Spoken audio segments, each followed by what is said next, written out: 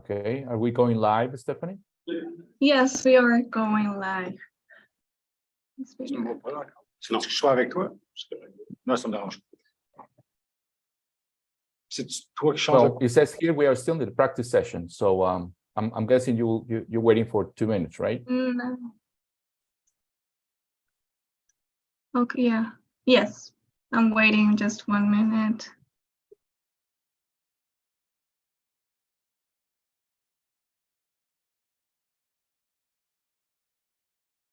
C'est toi qui fais ça? Hein? Tu veux jamais?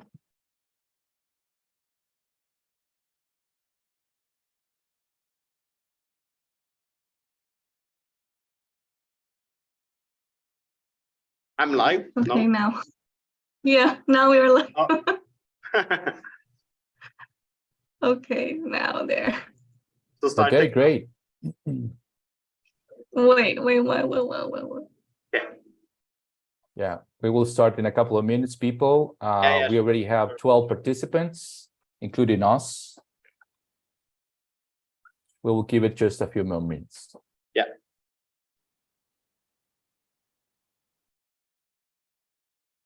Okay, ready.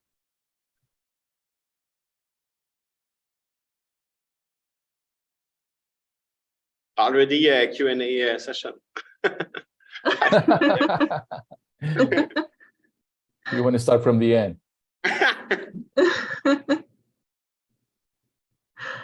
Okay, now it's 6 p.m. I don't know if you want to start now or. We have Nicolas it Guerrero might saying be hi, good afternoon. So like- good afternoon, Nicolas.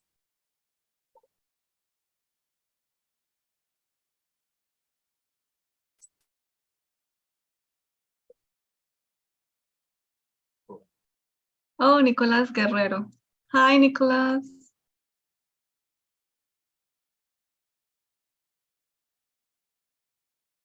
Okay, it's already 6 p.m. Central Time. We have Yes. 12 attendees. We're just gonna give it a little more time and then we'll start. Yeah. I'm ready. Let me know when I jump in. Sure. Yeah, we'll let you know. We'll let you know. It's just waiting a few more minutes. Yeah.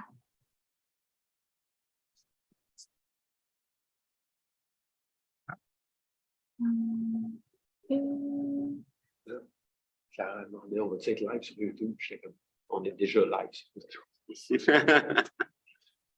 permis.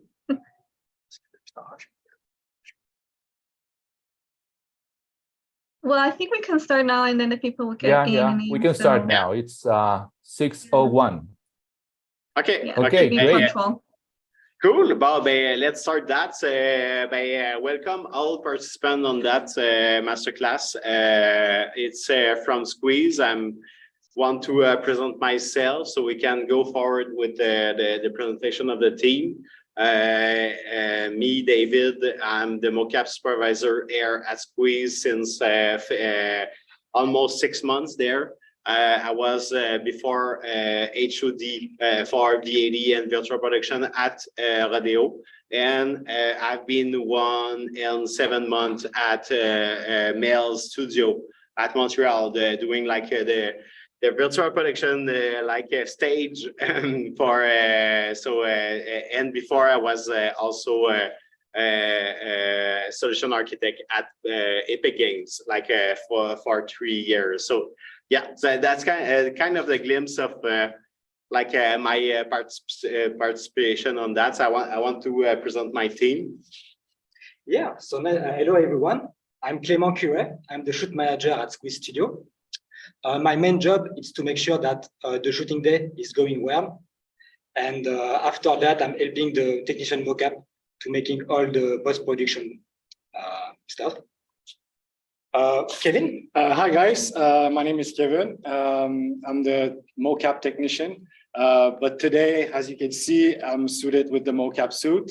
Oh yeah, for sure, with the markers on. I'm coming more from the movies. my background is more in movie, but for the last 4 years and a half, I've been working with Clément in MOCAP. So now my main concern and focus is on motion capture And taking the suit. and playing in the Clara? Hi, I'm Clara. I'm from, so sorry for my English. I have a text with me for that. And I will help her. It's okay. I'm a mocap technician too for Squeeze Studio. I work essentially the post-production for Squeeze project. Yeah, that's it. Great. Okay, no, David, you don't need a Great. That's good. Great. Okay, so David, please let us Yeah, please- sorry. please let us jump in a little bit and then just give you, as we say in this part of the world, give you the guitar so that you can see the sun. Okay, just let Get the us gang. jump in a little bit and then give the mic back to you. Okay. Yeah, that's it. So Hello, welcome to go Nova forward Podcast, with the everyone. PowerPoint. Yeah, just So let I me want make. to. Okay, so give back the Sorry, that's okay. David. David, can So you hear me? I want to do a glimpse of No, he can't hear me. before talking of MOCAP. We have a masterclass of MOCAP intro, but I want to talk really about history and like all the development around that. So this is why I just put like a little glimpse of MOCAP history. So I don't know if you know it. I did like I'm just doing my PhD in computer vision right now with the University of Sherbrooke, and I did my masterclass also with UCAC. So that's part of my master thesis. Aristotle just told like it was like before like 383 like publishing like the fundamental works text that approach of on animals and stuff on locomotion. So I think that was cool to integrate on that. So it's not just early that we just defined like a locomotion animation. It was like before with Aristotle, Leonardo da Vinci, and other people that's started to discuss around that. And this is really like what's improved like all the solution of motion capture. So I wanted to just put a little text on Aristotle on that. And Leonardo da Vinci after did like all the integration of the movement, you know, like Leonardo did like a lot of drawing. So he did like a lot of drawing around the joints and the fidelities of the joints. It's really, really interesting to listen around that. I just want to put after that Laban movement analysis, and we can go forward on the PowerPoint. So Laban did all the analysis of the categories of integration of the ROMs. It's a range of motion that we use today in different motion capture. So I don't know if you know Laban, maybe I'm just losing people there, but it was a dancer. So he did like performance analysis and dancing over like different people. And he just struggled to figure out 4 specific categories to set up analysis of effort, body, shape, and space that is now used in Motion Builder and all those software that we use for motion capture. So it's just a glimpse, but it's important to know.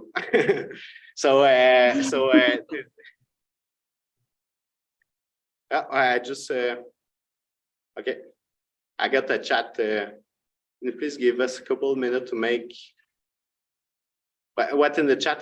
Sorry, I just saw the message. Can you just give us a few minutes, David? There was a little confusion at the beginning. We want to just speak a little bit in Spanish and then in English so that everybody can understand what we're looking at and what will be the Yeah, main sure. objectives of I this? let you go, but Spanish, I let you do it. Okay, great. So let me just take this a few minutes and then give it back to you, okay? Yeah. Okay, great. Gracias a todos por estar en estos podcasts de Nova.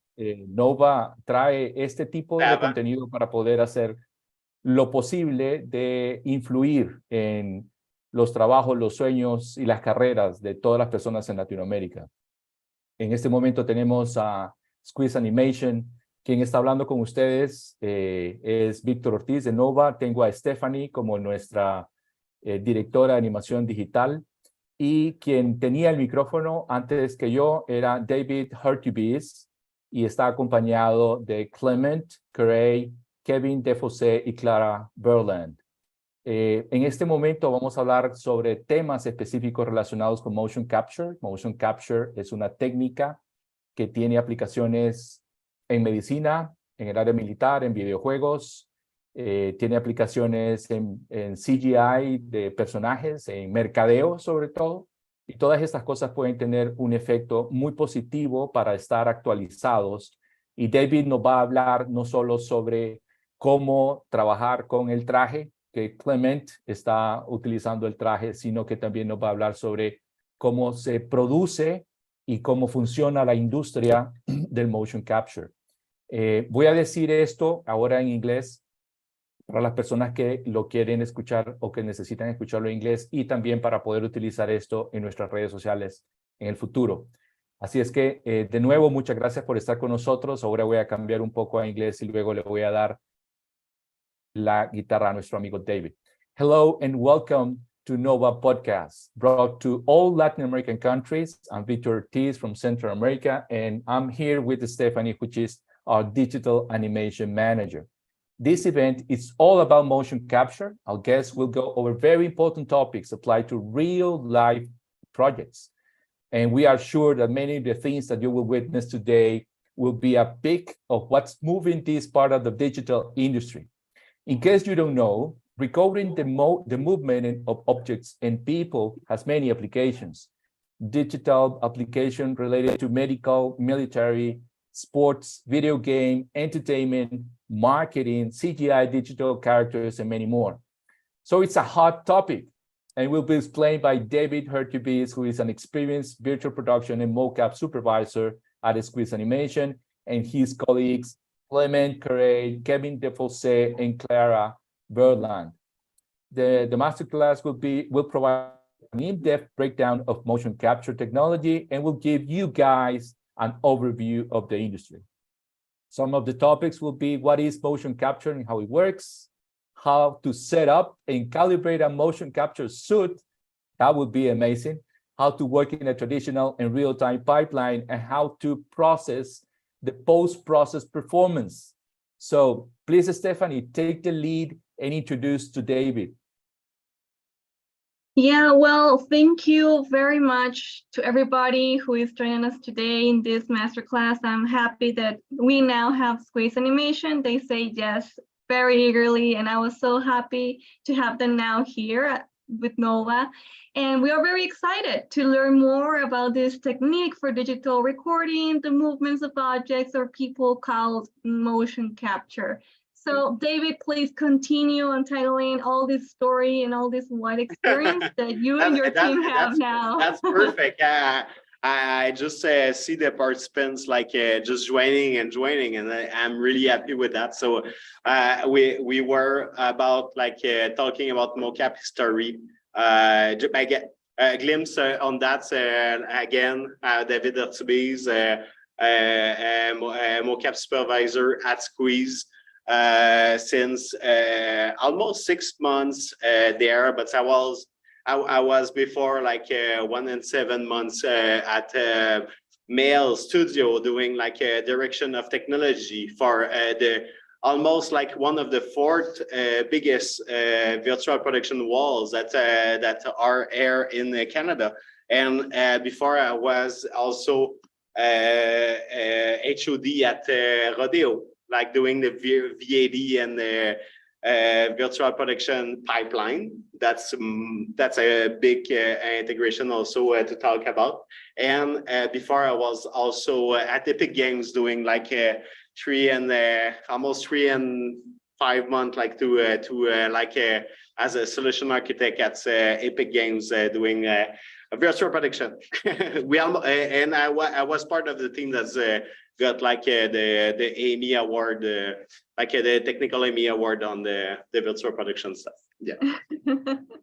Beautiful. So talking about history.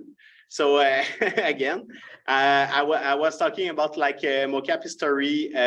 So Aristotle was before talking. I just want to talk about like this because it's not like new stuff that's everybody was like just learning because of AI integration and stuff like that. Aristotle about that way before Leonardo da Vinci also talk about that. They do text approach on defining the locomotion of parts and movements of on animals and legs and like the triangle stuff, and you know Leonardo da Vinci like triangle stuff. so they have a lot of integration on that. That was part of the algorithm that's now integrated in motion capture and Laban movement analysis. If I can go on that, and we can jump in on that. Yeah, so Laban was the first to integrate. He was a dancer, so he was integrating like all the analysis of the categories of movement, because like dancing, like where the system to check like elbows issue, like winds issue, like any issue on the skeleton. So what he defines was all the range of motion that's already that's now our use in motion capture system. If you working with Motion Builder, if you're working with Houdini, if you're working with any kind of solution like that for motion capture, Laban is part of that. It's all take the range of motion that's in this major integration of the system. Like for it defined like 4 categories, so effort, body, shape, and space. So here at Squeeze, we have like a specific, like each department, like motion capture companies have a specific range of motion that's are doing. We at Squeeze doing a specific one, but we can talk about like a 30 to 50 range of motion, like integration of elbows, like positioning, like position. I'm not that supple, but yeah, positioning of like for each part of the shape. So yeah, it is an important part to talk about. Yeah, yeah. I want to talk about MOCAP in virtual production. I was in virtual production before, so I just want to say that virtual production is it's a flavor. There are many flavors around virtual production, and MOCAP is part of mostly every circles of virtual production. So if you're talking about pre-visualization, previs, you're doing like previs with this stage, like with a suit or anything or like that, and you need a motion capture. If you do a simulcam is like a virtual camera integration. You need an integration of motion capture. If you do ICVFX with LED, you need integration of the motion capture also. Each part of this need integration of capture of even like a camera or like a body or like a full performance capture. That's why like on the next step,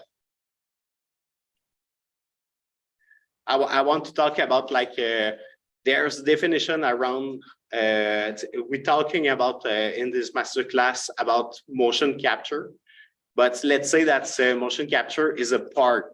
You have motion tracking for virtual camera. So there's different glimpse of motion capture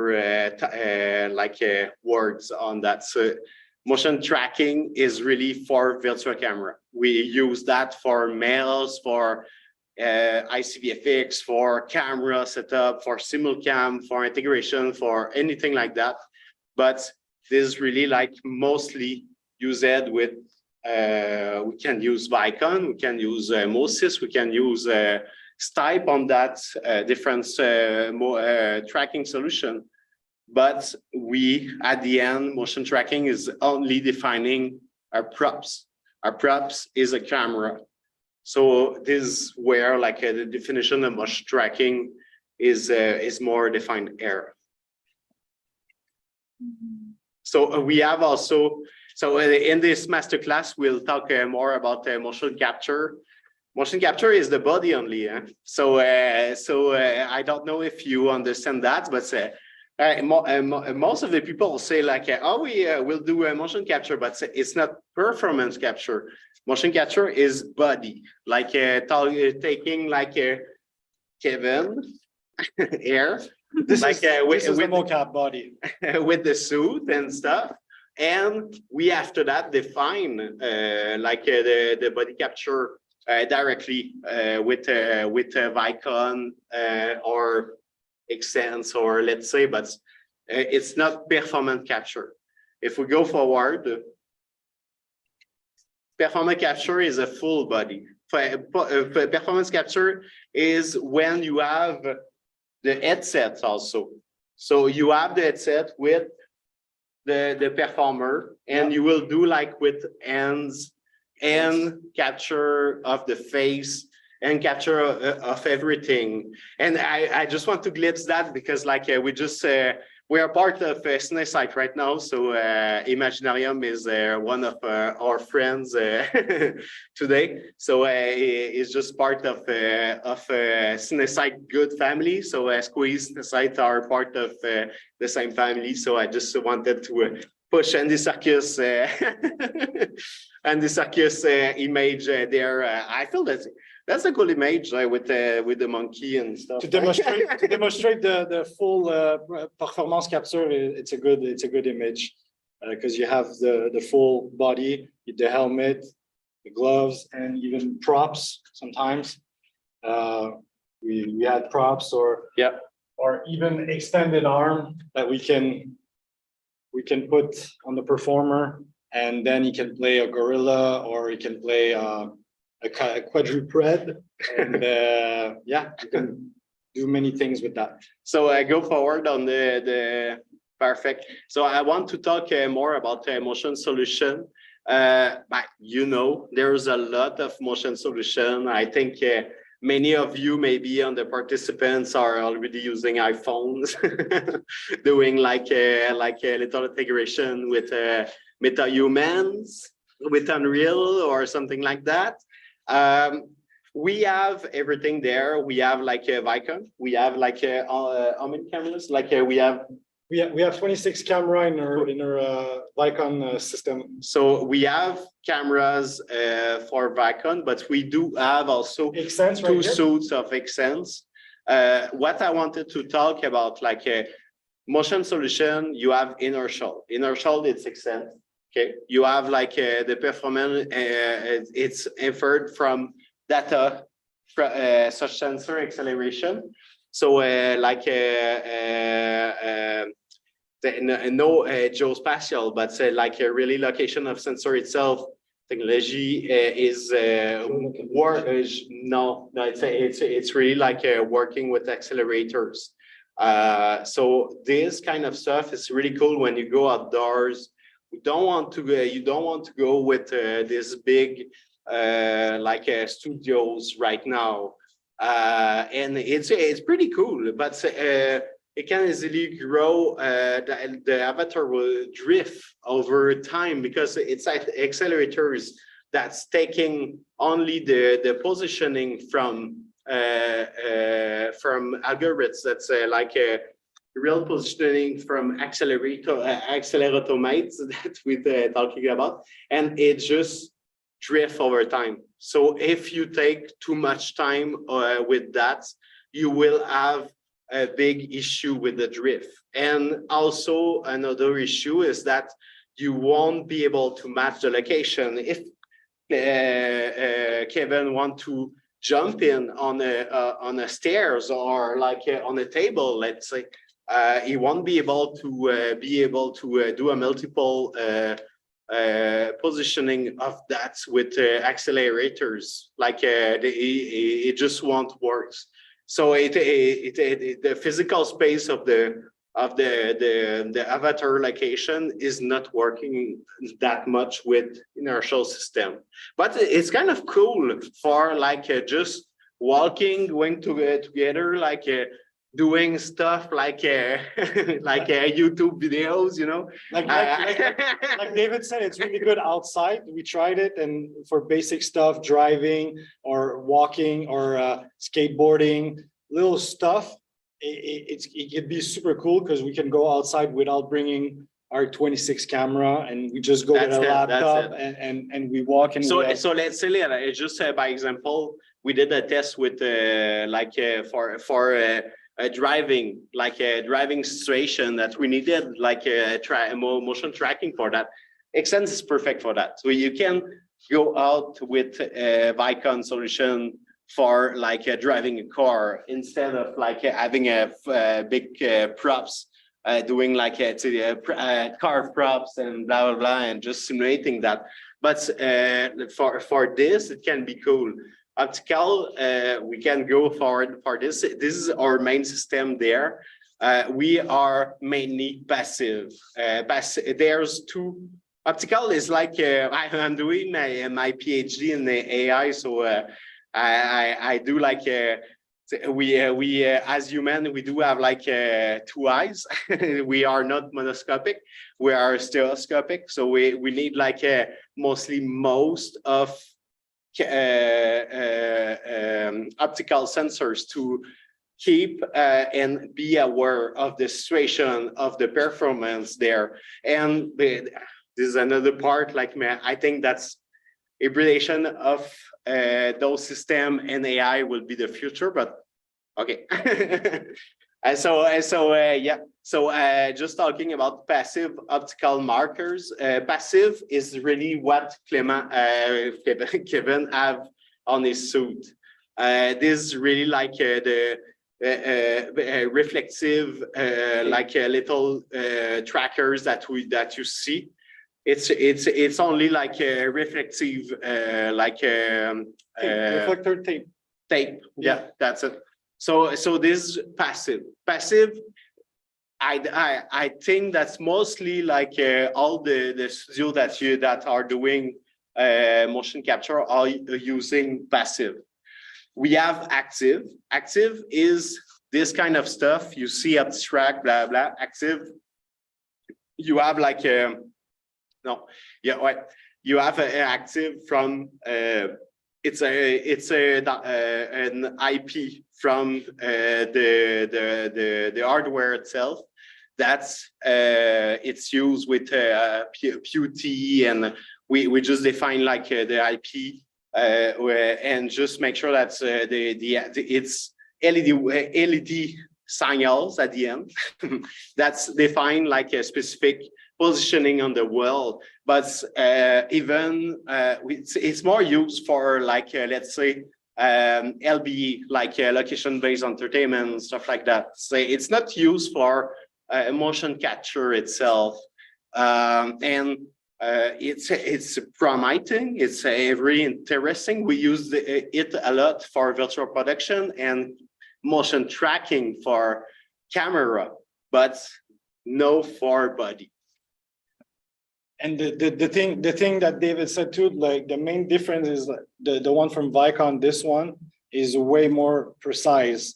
For cinematics or gameplay, they will go with the Vicon system, because with the Xsense or OptiTrack, sometimes when you need the big precisions, or big movements or big fighting actions, or you have a lot of props in your volume, you need really the highest quality of precision. That's it. And just adding on that, like it's really more easier to put passive integration of body human instead of just figure out like you have like 49 like 53 markers. 53 markers that you need to put in LED like with IDs and stuff. It's just yeah.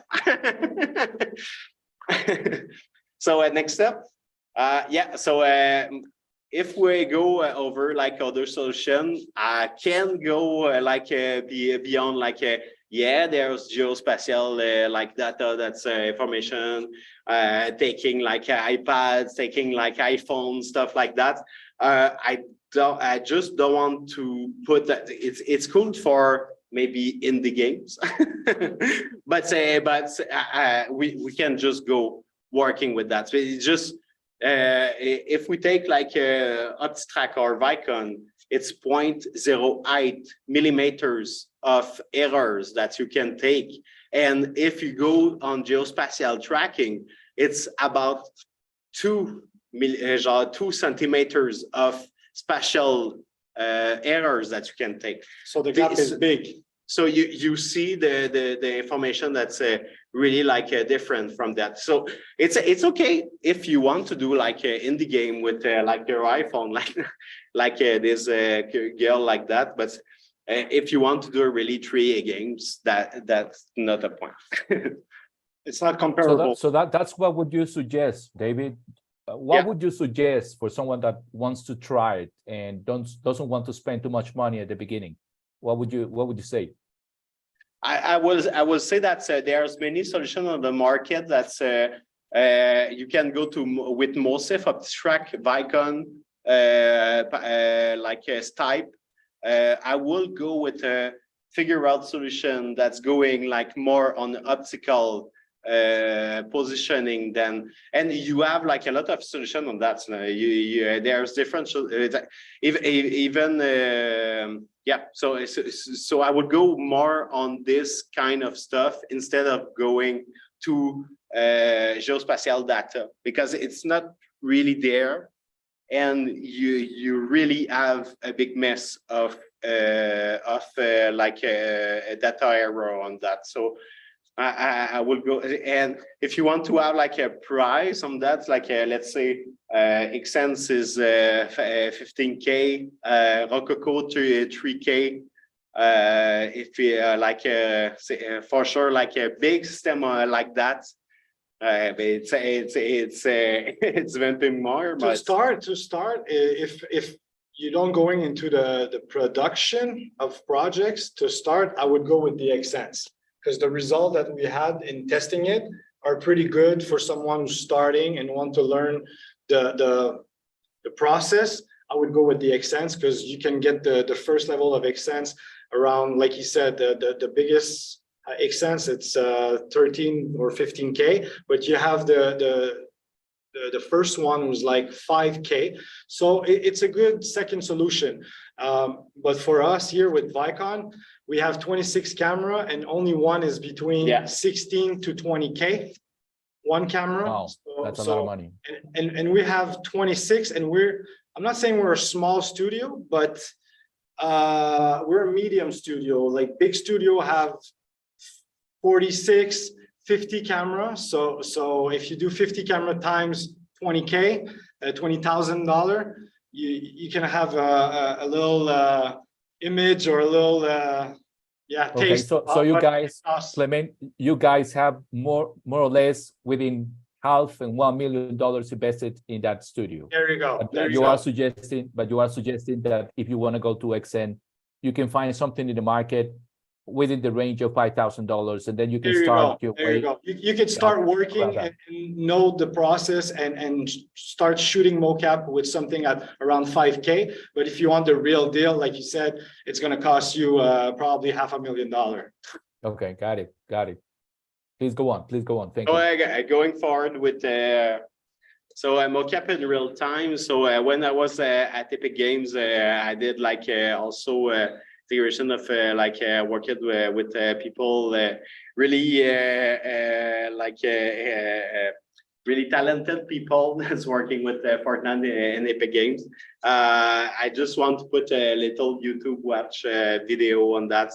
That was like even like oh that's not that.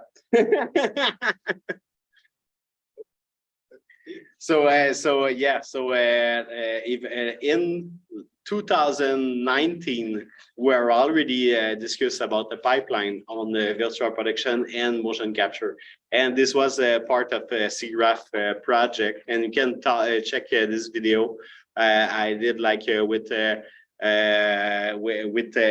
Fortnite folks and some people from Epic.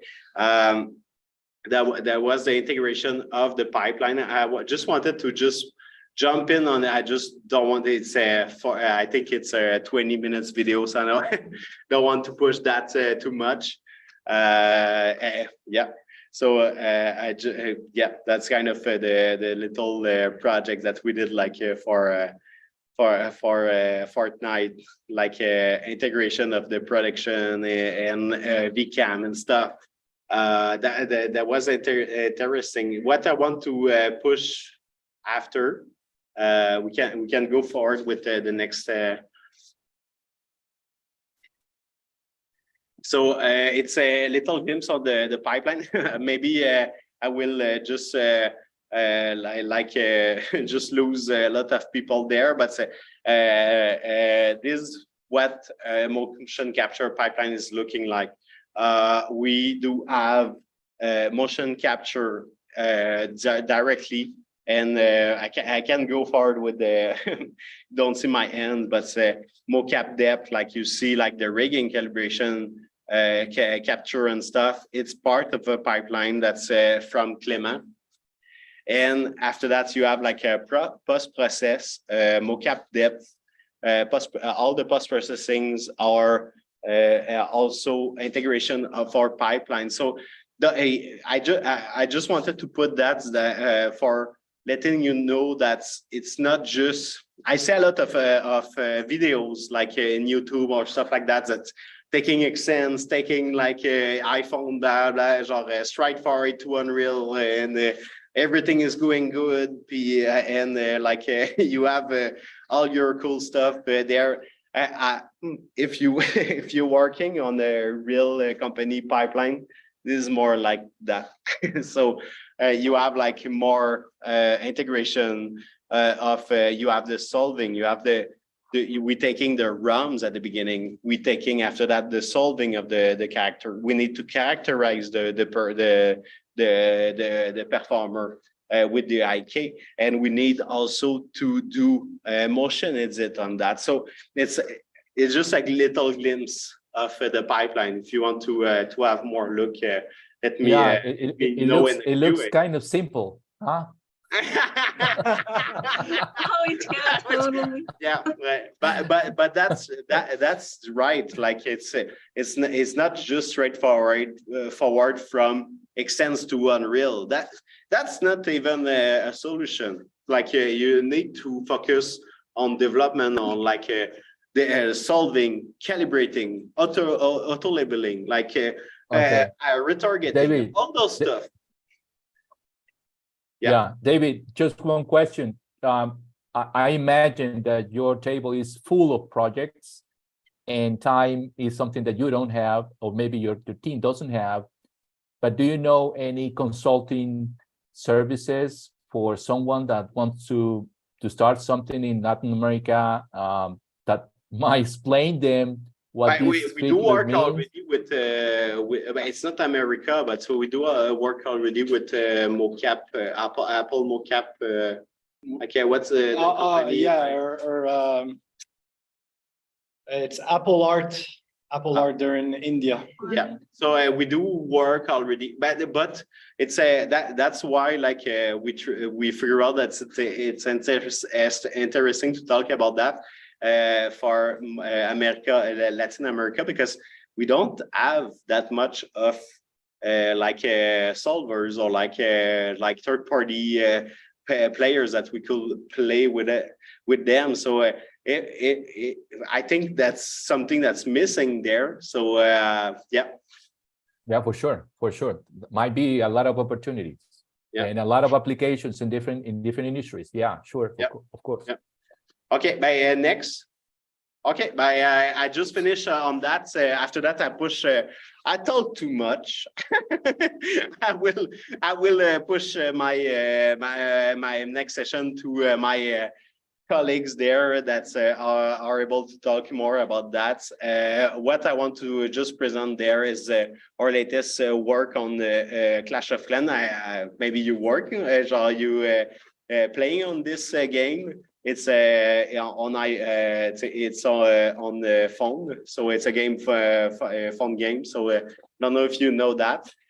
We did like all the cinematics, and we did also receive an Epic Mega Grants from Epic Games to do like integration of Previs and Unreal integration on that.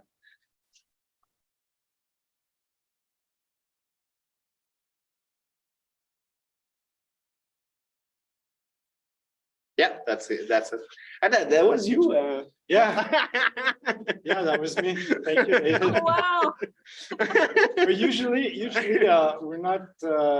MOCAP is more used for real stuff or for less for cartoon. So that's why with that project it was super interesting to merge cartoon, Unreal, MOCAP, real time, all the department together. We combine all together to arrive to that result, and it was so going forward with that. I'm just join my team that's going to talk about about like more information about the pipeline. Cheers. Great. Thank you, David. I hope it's not too long yet. You guys are good? No, we have questions good, here, we're good. and there's someone from Chile. Hi. Yeah, you have a question? So cool. Okay, go ahead. Alfredo Moraga, he's saying, hi, David, some thoughts about the use of AI in MOCAP? Yeah, a possibility, full possibility there. The issue there is like we have like AIs is need to be like defined with different industries right now. Like you see, like the issue with the writers in the West Coast. There's a lot of integration there. The issue right now with AI is that there's not a lot of real time. So if we're taking like Move AI, by example, or any kind of AI integration, like without our internal like development, it's not doable with the pipeline that we have right now. Because we just can't just put like 8 iPhone and just figure out that after that, like GPU wise, we'll go straightforward, and like 2 days after we'll figure out that okay, the capture is clean. No, it's we need to see that in live. This is the big issue right now, because like pipeline wise, there's nothing with the iPhone, with the iPhone, with the AI. Let's say so. If we're talking about like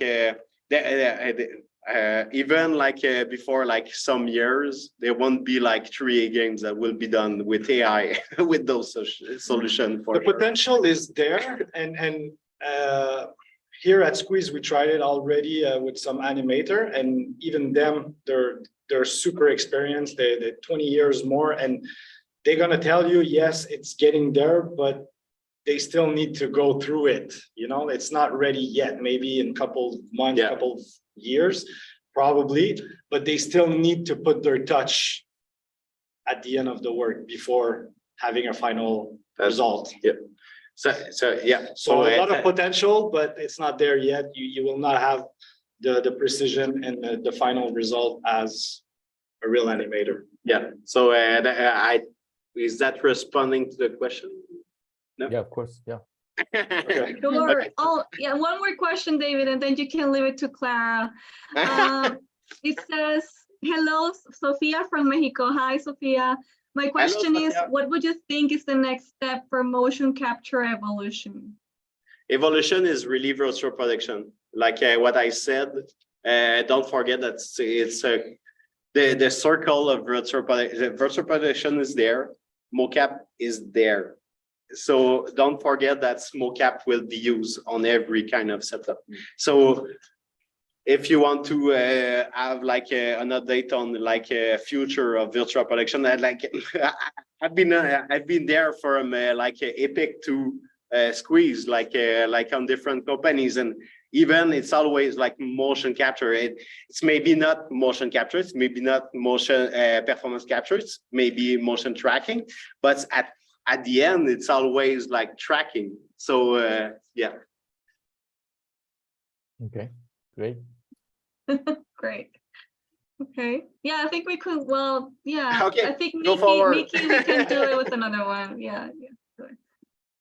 So, hi again.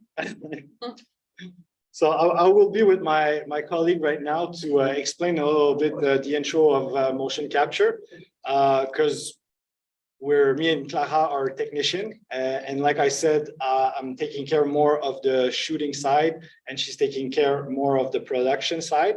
And Clément was going to join us. Oh, hi Clément. He just put me in real time, so right now you can see me in real time with the camera behind me. If you see the little dots behind me, it's because we have markers on props. So if you see some little dots in the cloud, it's the props right here in the back. So, like you guys see, we're in a MOCAP studio. Here at Squeeze, in our volume, we already said it, but we have 26 Vicon camera.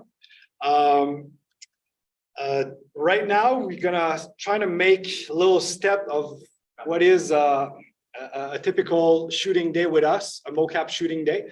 So, like we said already, David said, please note that we're just doing my body, the full performance capture.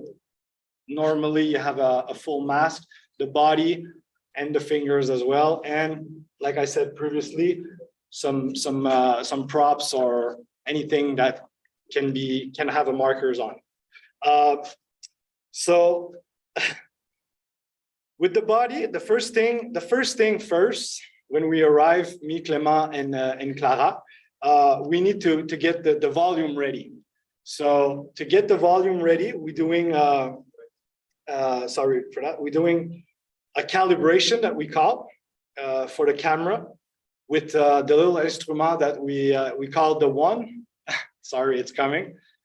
Clément has the one. So this little instrument give us yeah, exactly. So with that, if we don't have that one, we can't shoot. It's as simple as that. So this tool will give us will calibrate the volume. And with that, by calibrating the volume, we will place our camera in our 3D world, in our 3D world. So when all the cameras are placed in the volume and the calibration is done, then you're going for the performer. We need to suit the performer. So when the performer is arriving, it could be stunt, it could be people from circus, actors, anything with a specific characteristic that we need to capture. So when you have the suit on, then we need to put the markers on. Like we spoke already. On me, I have 53 markers, and they're all placed. Wow. Yeah, 53. That's our marker set. But if you see other studio, it could be a little bit different. Okay, every studio, MOCAP studio have their own marker set that goes with their own pipeline. This is the way we put it, and we have 53, and it's working really well so far. So every marker has a precise place to be put, and every marker has a name, but I will not go there. That's that's after. So we place every markers on every spot that is meant to. And then after that, you have your skeleton. When your skeleton is done, we enter the performer in the volume. And then we're going to do a roam. I know David mentioned it before. A roam, it's a range of motion. So it's a bunch of little movement, head, all the junction of your body. We need to move them to make sure the system recognize your body, recognize your skeleton. If we're 2-3 performer at the same time, and we have, let's say, almost the same shape or the same size, the camera to make sure it difference Kevin and Clara. That's why we're making a roam, to make sure it can difference us, and to make sure our skeleton is as the most precise possible. So this is the first thing we will do before shooting. We will calibrate the volume to make sure cameras are ready, and we will roam the performer to make sure the performer is ready to get captured. So when those 2 steps are done, we like to say we're MOCAP ready. And yeah. MOCAP ready. Yeah. MOCAP When ready. we're MOCAP, Great. when we're MOCAP ready, then it's more Clément. Clément's job is getting involved more, because now you're gonna have the performer in the volume. And most of the time, I say 90% of the shoot we done, you have a lead animator or a director that's gonna work with the performer and Clément to make sure that we go through the shot list well, and to make sure the animations are exactly what the director or the client wants. So yeah, so after we do all the shot list, it could take 1 day, 2 days, 3 days. It depends on the project or the shot list we need to do. When all the shot list is done, the shooting is done, it's more the Clara part now. Yeah. Because after that, we're taking all the data that we capture, and then we send that to Clara for the post-production. And then she will explain to you a few steps of the post-production. Because right now, I know you guys are like, oh my God, there's so much information, it's so complicated, but shooting, this is the funny part. This is the fun part. Shooting and capturing, this is easy and the funny part. The hard part and the hard way, it's on their side. Is that easy? Yeah. But the hard part is more on the post-production. Yeah. Because don't forget that what we're capturing, it's only the little dots, right? So the data that we're capturing, it's only me in a skeleton. So my movement, you just see me in a skeleton, just the little dots are moving. So the job of Clara, which she will explain it to you in a few seconds, it's to make sure that we have her dots or data that we capture all clean with no noise, and that we can transfer that on a 3D rig. So that's basically the main thing. So now I'm gonna let her. Thank you, Kevin, for all that big parts. I think you just talked about like all the principal information. Clara, bonjour. Clara from our French Bordeaux place. So I need to read my notes because I hope I will be clear for you. Don't worry, Clara.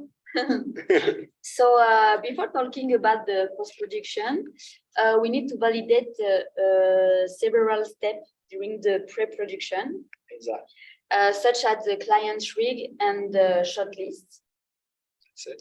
It's important to note that in motion capture, we work with 2 types of models: the real-life models, like Kevin, like performers, stunts, artists, other talents, and the virtual model, like the 3D character, and we provide by client.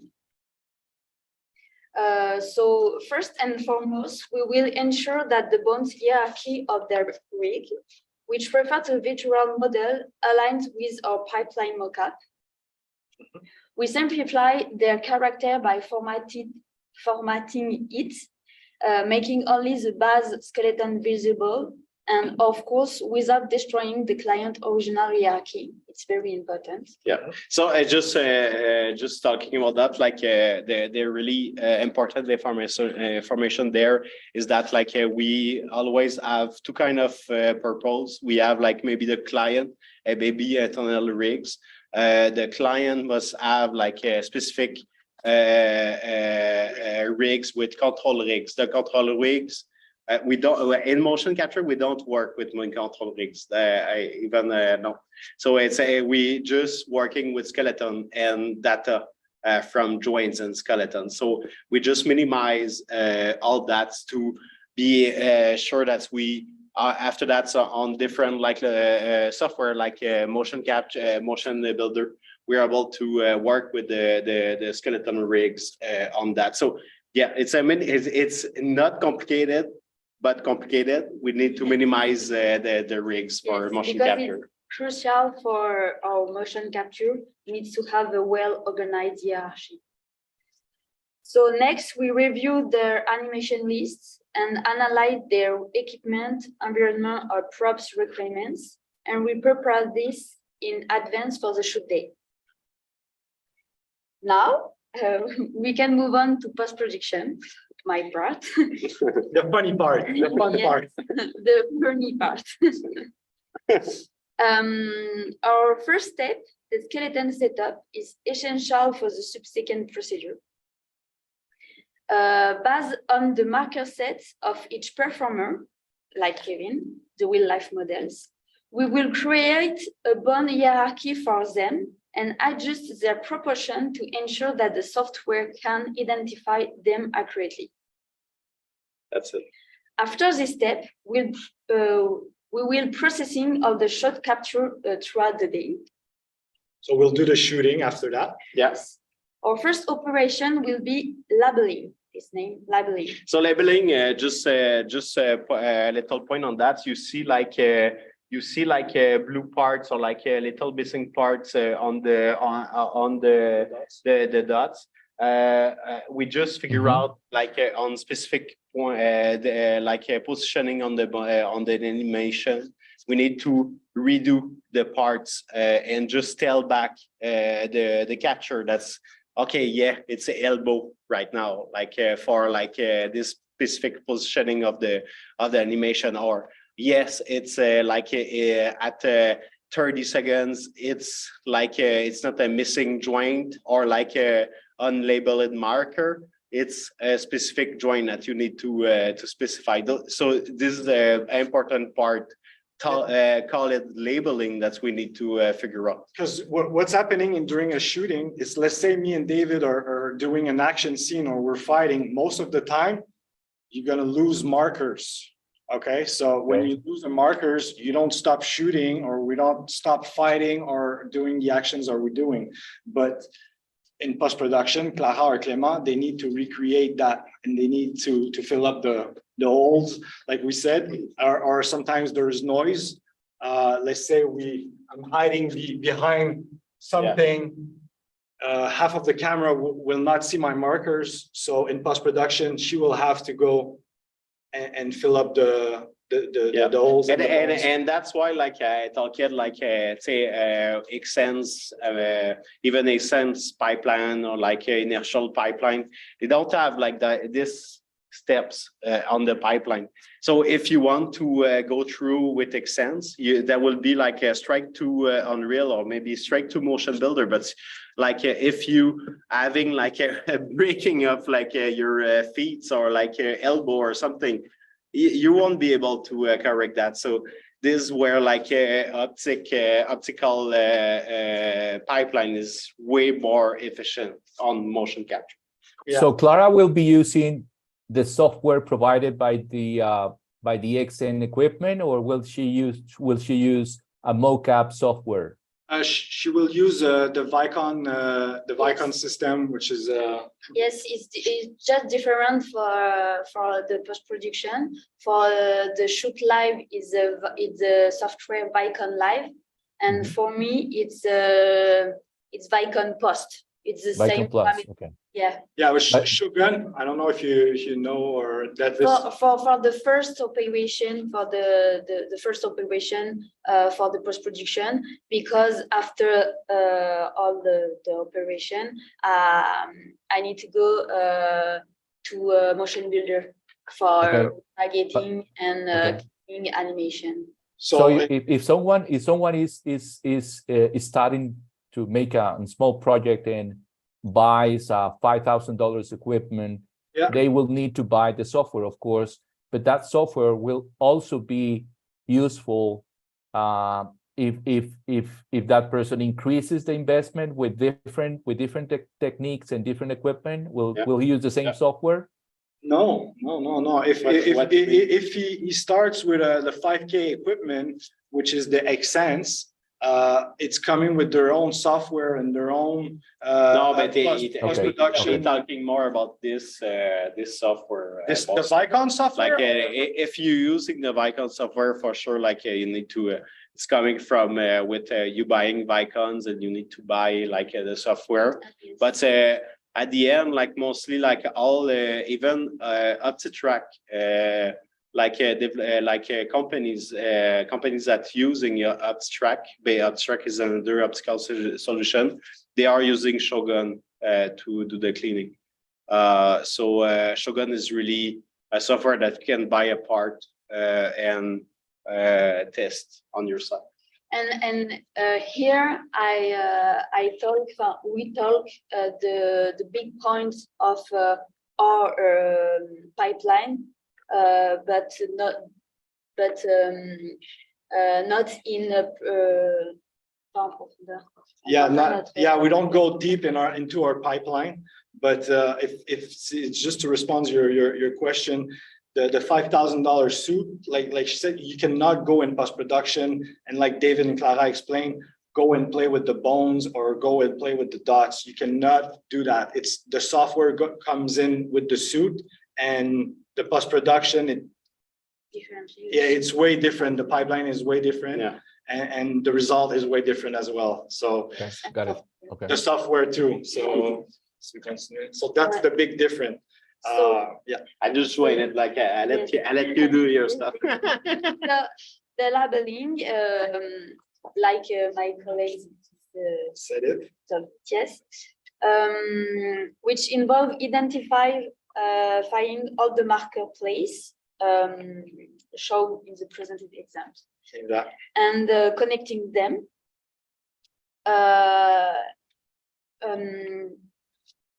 Next, we move on to tracking parts, which involve correcting marker that disappear or are missing throughout the shoots, and filtering them if some are missing. Have noise. Yes. Yeah, noise or missing, like we said previously. If you have noise, shaking, or they're just missing, that's the step she needs to do, and make sure, like you see on the little video, frame by frame, she needs to do it and fill up the little gap that we call. Yes. In other words, we may encounter markers that were not identified by the system, and they are red. The red dots. You can see that the system is not recognizing the marker, and like we said, every marker has a purpose and has a name. So when when there's a swap of markers or we're missing one, you're gonna have a red dot like that, and that's how when she needs to go and yes, and you have the red dot on the little video, and on your right you can see everything over there, the little gap that we need to fill up and make sure. Yes, and this step allows us to recreate them based on their neighboring marker to achieve the complete and clean results for the step operation. Our last operation before retargeting is called solving. It's a little complicated to explain. Yeah, it's a little bit complicated to explain. This step involves retrieving the position and orientation information of our performers within the volume and creating an import file. We use the FBX file, which we can edit during the retargeting process in Motion Builder. Okay, Clara, let me ask you something. If Kevin, if you guys are shooting a 3 minutes video, Yes. and then Kevin, you know, do his thing, and what would be the ratio of time between the performance or the acting or the work of Kevin versus basically your work? like we thought we thinking delivering like and thinking about like in seconds. So Okay, great. we are able to do like almost 3 minutes in a day, like of shooting, doing like all the shooting, and after that's like it takes for a full day of shoot like 3 minutes. It takes like 2 to 5 days to solving retargeting. Yes. For integration, and even not talking about motion edit. And our system is really connected, and when to start the shoot, I beginning the post-prod very quickly.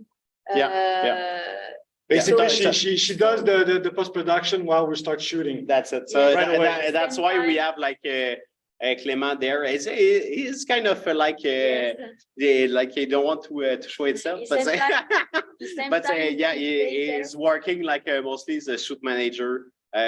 You see all the videos there. This is him doing all that. So like shooting manager, what is really a job on the day of shoot is having like all the managing, like monitoring, like videos, and make sure that's the data is clean. So that's why you don't have time to to talk about. But yeah, so it is just having a full glimpse of like all the monitoring of videos from Vicon to Motion Builder, and you see all this stuff. And if on the shoot day, if the customer have like a specific like a take that he wants, he said like, oh, I really like this one, like it's really cool, but no, it's this is not cool. But this is like the shoot manager that's doing that's saying that. Yeah, basically, like you said, Clément is really in charge of the shooting. So sometimes what you can see with your eyes, you don't. It's not the same thing in the computer. So when Clément has his computer open, he can really see what David was trying to say is like, sometimes the client itself will ask Clément, is that good in motion capture? Is it good? Because basically the performer and the director will be in the volume right here. Like David's gonna direct me or teach me what to do or tell me what to do. And Clément will really see the vision that you have right now of me moving. So if there's a marker missing, or if there's an action that is not MOCAP friendly or not MOCAP nice, sorry, you will be the guy who will tell the client and Clara and myself. So that's why also I say like there's really a difference between like so the indie games that doing like with iPhone and like stuff with Xsense or something like that, or really AAA games. AAA games will be, you have a shoot manager, he will be like evaluating like the monitoring of the MOCAP. You will have like people on the set like to make sure that everything is okay, and people that's doing the post-production in the same time. So yeah. That's why we're only 4, but that's the minimum that you can have as employee or staff to shoot a real, like David said, a AAA game. It's minimum, you need 4 people. We're all doing 2-3 jobs at the same time when we have big shoot, because all our little steps are super efficient and super important to all the process of our pipeline and shoot. And sometimes we have no choice because the client choose a shot complicated, and nothing is complicated for us. Yeah, Clara, you talk about the client, and that's something very interesting. I'm not sure, David, if you have if you have a section of the presentation afterwards that will talk about clients and applications and all that, or you have it, further? Not that much, but I'm happy to talk about Q&A about that if you want to. Next PowerPoint, I think it's more about like the missing point, retargeting, stuff like that, and after that the end. But yeah, Feel free to ask question about the clients or whatever, and we'll try to respond as much as we can, and we are able to say, because most of our project we sign a bunch of NDA, so there's details that we're not allowed to. So basically, like what we present right now is something like we did internally. We did many projects that we can't show. So we did like a little CG demo for you guys, just to help you out to figure out what's going on. It's from like actor, coordinators, stunt guys that did this kind of things. We did also like on Historia channel. We'll have one full one complete series episode on motion capture and stunts. So that will be part of this. But what you see there is really like stunts guys that's taking part of the animation. They just doing all the stuff, but it was not that easy to retarget. So let Clara talking about that. But let's say that we have like from Vicon to those characters. This is the retargeting steps that we need to talk about. Yes. Clara, again. For finish, yes. The goal is take the recorded motion data from our performers and apply it realistically to the client's 3D model or rig. Or character or 3D animation. Even if they have a different size, proportion, and skeleton structures. This may involve adjustment of scale, rotation, and translation to ensure that the performer's movements fit properly with the client's rig. It may also require additional steps to address issues such as manual adjustment of joint or correction of undesirable deformation, and foot and hand ground contact points or foot sliding. Yeah, because most of the time when you have your skeleton of points and you put in the character on it, the scaling is not perfect, the hands are not perfect, the feet are not perfect. So this is where Clara is going to work is big part, and with the help of Clément, of course. Clément is everywhere. But this is the part of retargeting. Nowhere and everywhere. Yeah, exactly. You don't see him, but he's everywhere.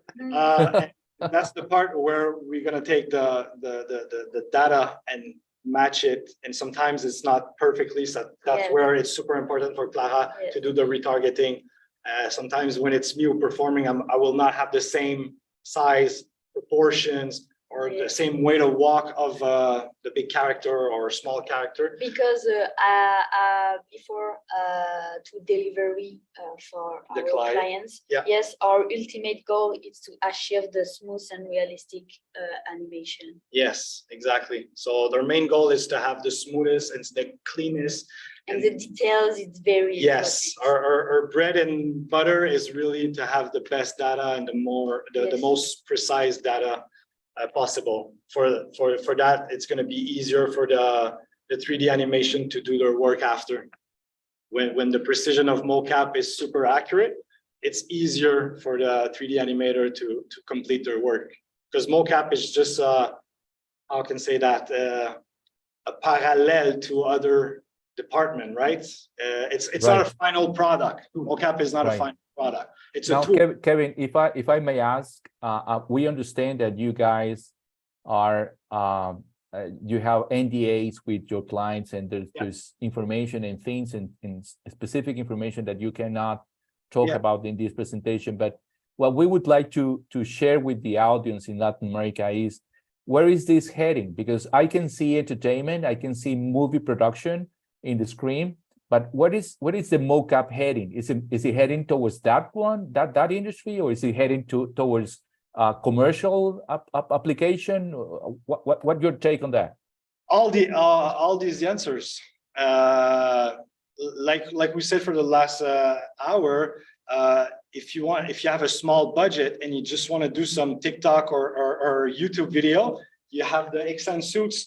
That is a venue to go, and you can do motion capture with an XN Suits or Rococo, and it's not that expensive, right? And you can do a lot. We're here. I don't know how to say it exactly, but yeah. So just talking about that. So what we have right now is really talking about 3 games. Yes. If like let's say in the past, like Warner Brothers, like Elimination, like Batman work or something like that. This is more like a project that we are working on. We need those projects need to have like each time they define, even if it's like idols, animation, mocap or stuff like that, they need to have like a bank of animation for their games that is not determined with that is not having like a royalty or like a royalty license or something like that is not covered like with other games. So they need to have like really their custom stuff. So even like for doing like only idol for game, 3 game, that's where we are on. But to long story short, to respond, I would say I see mocap in everywhere, like the cheap solution in video clip, music video clip, in science and movies. We did video clip. We did previs for cartoon. We did live performance with the Xsense. Xsense is super good for live performance. We did that in the museum with a professional dancer, and she was live in front of 200 people. It was super cool with Unreal in the back. So she was performing live with the XN Suits, and in the back we had Unreal.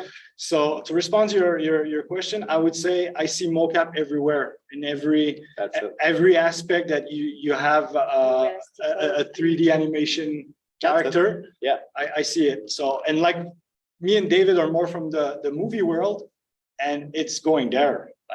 It's going there more and more. But I see really like a mix of like, and I saw that when I was like at schools, like when I was at UCAC, like there was like a virtual, like video games and VFX, and there was a bridge that's there was like a kind of bridging like in the 4 years. So I think this is something that people need to focus on for the future. Yeah, and what is cool with mocap is you can use it as much as you want for cartoon, let's say Space Jam or video games, you know, and you can use it too for realistic stuff. If we take more Avatar or the Hobbit, stuff like that. It's more realistic. It's not cartoon. So you can use it as much as you're right. You're right, Kevin. I just imagine someone with a suit, and then everyone working on the character like an avatar, like a monster coming out of an apartment, of a condo, right? Yeah. And so that would apply to the commercial real estate. Yeah, that's a really good point. Yeah. Even tools, like we said previously, with the Xsense, when we did some tests and a shooting in a car, it could be a tools to teach people, young guys or young girls, how to drive. It could be your avatar to explain a course or explain anything. So yes, I would use a mocap everywhere.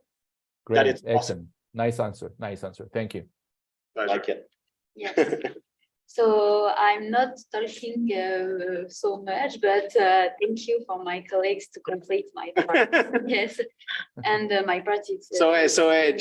Right, perfect. So, Thank you, thank you, Clara. So at the end, what we wanted to show is just you have all the steps there from starting from capture to Vicon to motion builder to real time. So you see like all those steps there. Just a little show for you. It's all the process of the work. So like I said previously, the capturing is the fun part. You see, it's only one screen. So after that, you have the 3 other steps, which is more complicated or more rough and tough. But we need all the steps to make sure we have a full shoot. That's it. I think we have finished. Do we have like one more? Okay.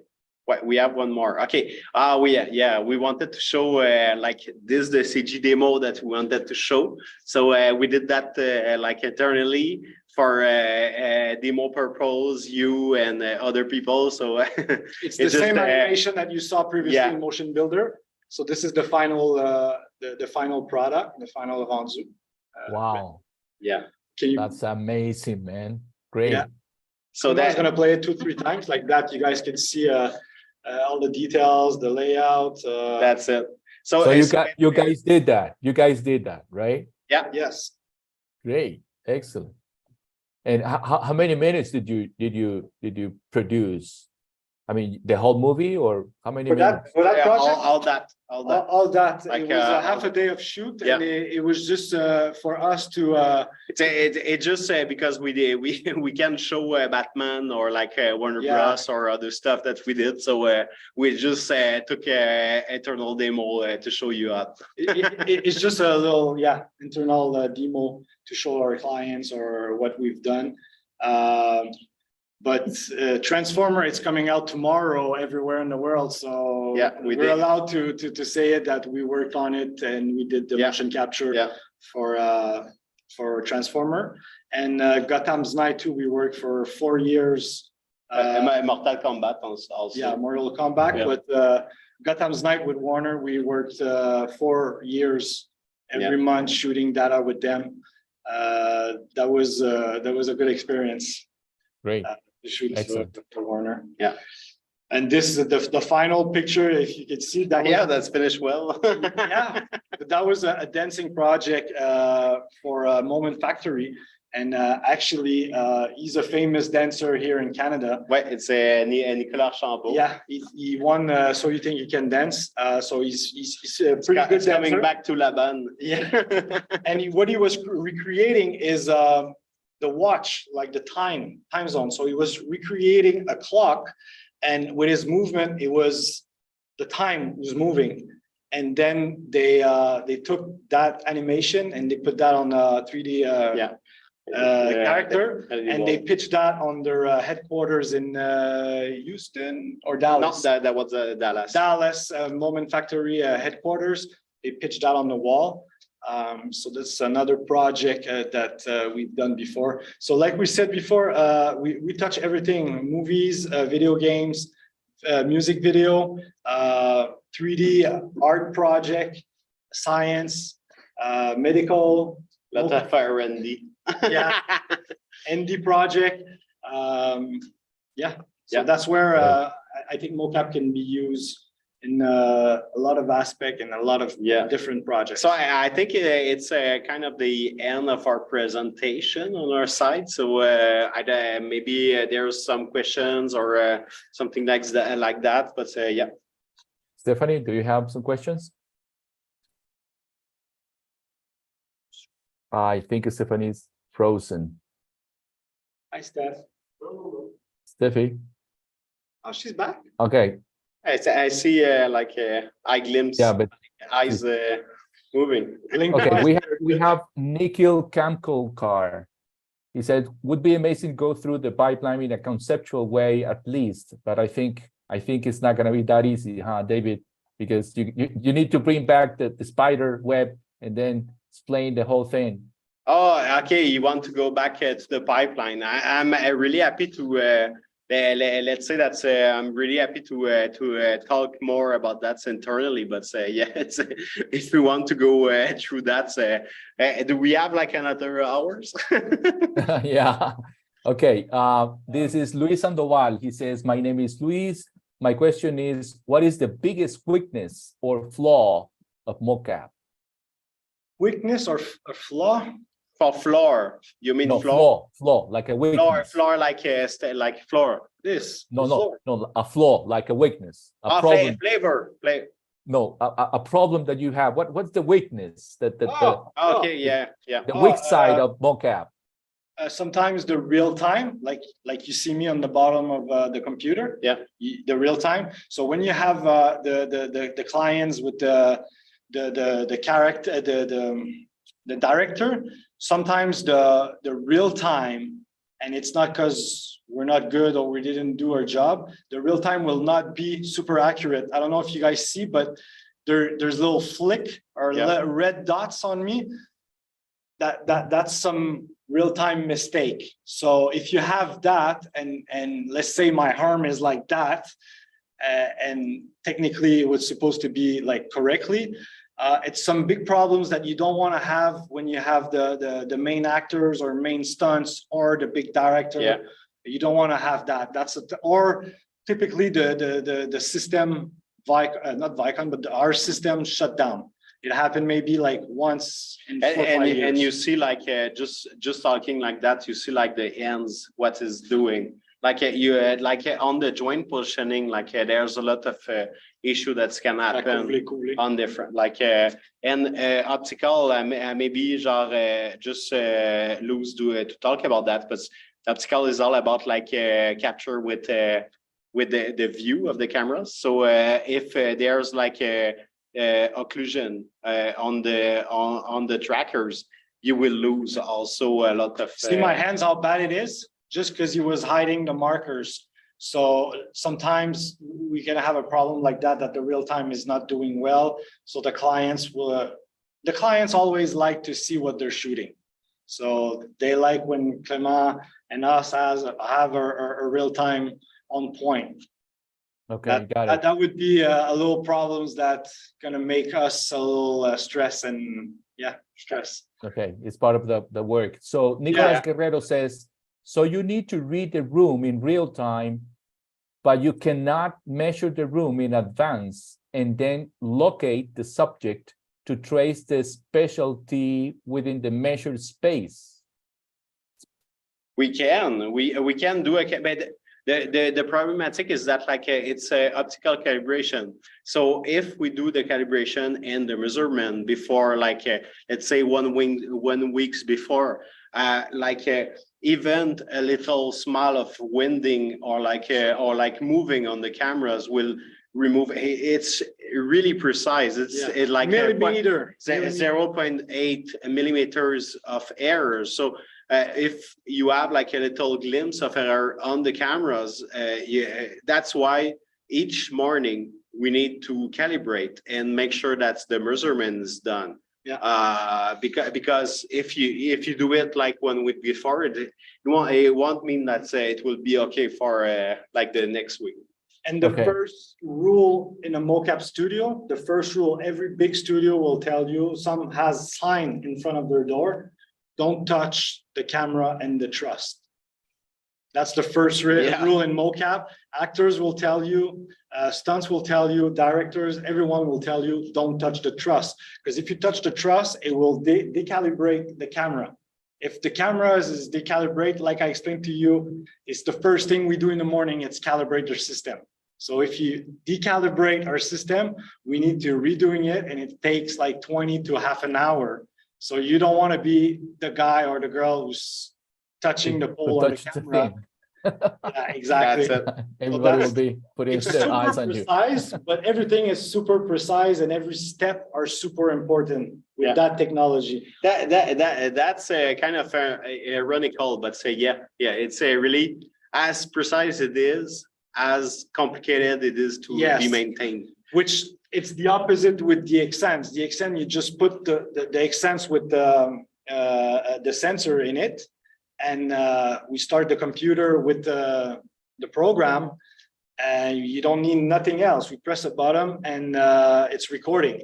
But then after that, the data will not be the same as here, you know, because it's never the same precision. It's never.